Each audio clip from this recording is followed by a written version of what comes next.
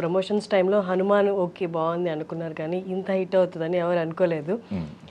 Cinema story గురించి, performances గురించి, music గురించి ఎంత మాట్లాడుతున్నారు, ఈక్వల్లీ మీ వర్క్ గురించి అంతే మాట్లాడుతున్నారు. అవునండి.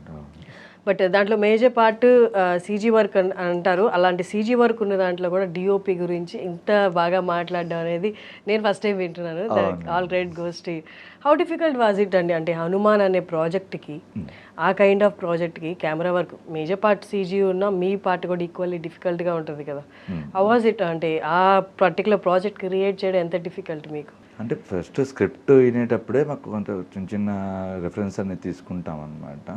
సో ఏ క్యారెక్టర్ ఎలా బిహేవ్ చేస్తుంది, గ్రే షేడ్ అనమాట. ఈ విలన్ హనుమాన్ విలన్ మొత్తం గ్రే షేడ్లో ఉంటారు కాబట్టి, సో దానికి రెడ్ లైట్ వాడితే ఎలా ఉంటుంది నా చిన్న థాట్తో చేసిన బిగినింగ్ అనమాట.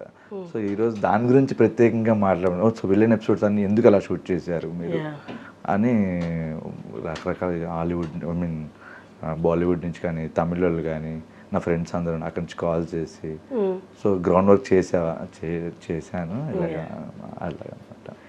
అండ్ దీనికి ముందు కూడా మీరు కలర్ ప్యాలెట్ గురించి చెప్తున్నారు కాబట్టి, మంగళవారానికి నేను ఈవెన్ డైరెక్టర్ వచ్చినప్పుడు కూడా అడిగాను ఇదే సేమ్ క్వశ్చన్.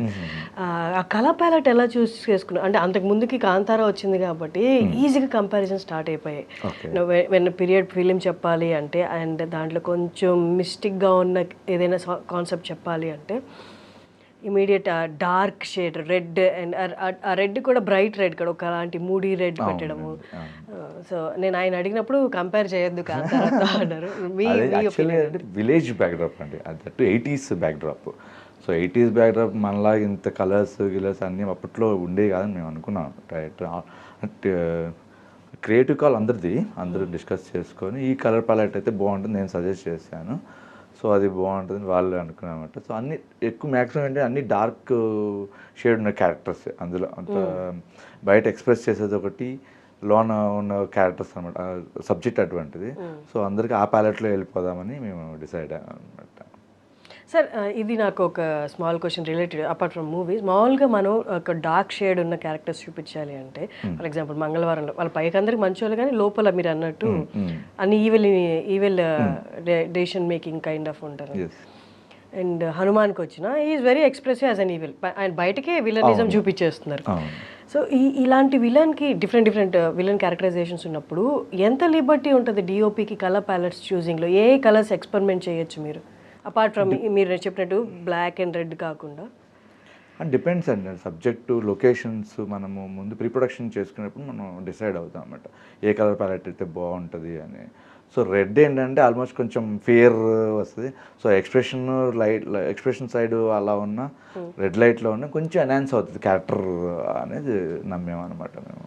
ఓకే, అవి కాకుండా ఏవి యూస్ చేయొచ్చు సార్ విలనిజం చూపించడానికి? యూజువల్లీ ఎక్కువ రెడ్డే వాడతారు, బట్ కొంచెం మీరు మీ క్రాఫ్ట్ ఆడుకోవాలి, ఎక్స్పెరిమెంట్ చేయాలి అనుకుంటే సర్ప్రైజ్ రకరకాల ఫిల్టర్స్ ఉన్నాయి మా దగ్గర.